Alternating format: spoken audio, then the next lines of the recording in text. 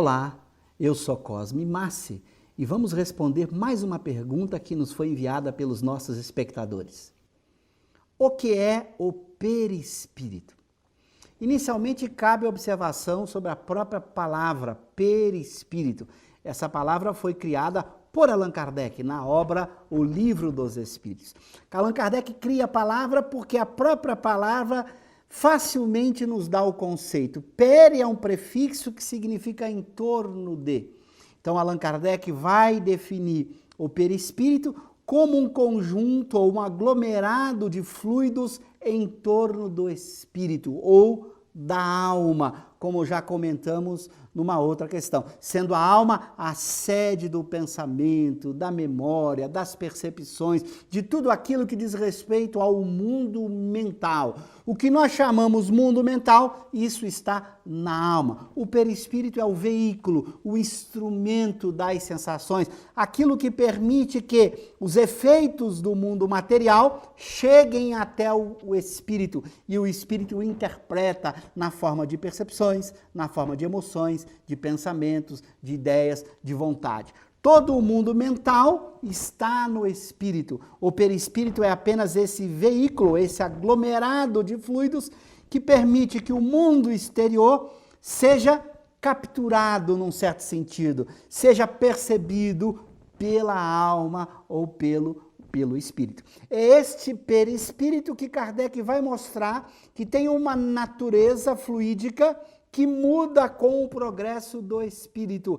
Os fluidos que constituem o perispírito podem mudar na medida em que o espírito avança. Muda ao longo do tempo, na medida do progresso da alma, e muda também, como coloca Kardec, quando o espírito vai de um planeta para outro. Ele também muda a natureza dos fluidos que constituem o seu perispírito. Então o espírito troca o seu perispírito, entre aspas, trocando a natureza dos fluidos que o compõem, sem perder nenhum elemento do seu mundo mental. Então, quando ele troca a natureza dos fluidos, não há nenhum problema, porque toda a sua memória, toda a sua percepção, pensamentos, ideias, sentimentos, vontade, estão na alma. A alma é a mesma. O perispírito é apenas esse veículo que permite que o espírito interaja com os mundos materiais, nesse processo permanente em que ele recebe as influências da matéria e as interpreta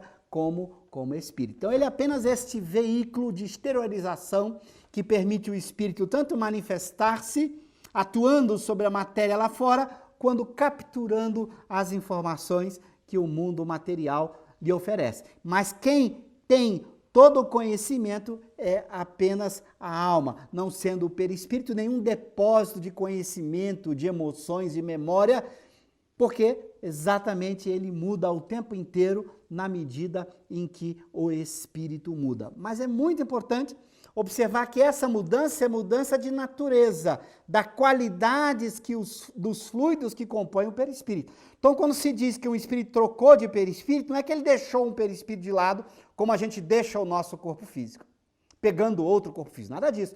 O corpo físico existe independente do espírito. Por isso eu posso deixar um corpo físico quando eu morro, ou quando eu durmo todas as noites num fenômeno de emancipação da alma, em que eu largo o meu corpo físico e saio como espírito. Eu não posso fazer o mesmo com o perispírito, por uma razão muito simples. O perispírito é um aglomerado de fluidos em torno do espírito. Então eu não posso deixar algo que está sempre em torno de mim e que constitui parte de mim. Então não tem como o espírito sair do perispírito, porque o perispírito só existe no espírito. Ele não tem uma existência independente, como é o caso do corpo físico. Os fluidos que compõem o perispírito podem existir no ambiente, mas não são esses fluidos o perispírito. O perispírito é esse aglomerado específico em torno do espírito.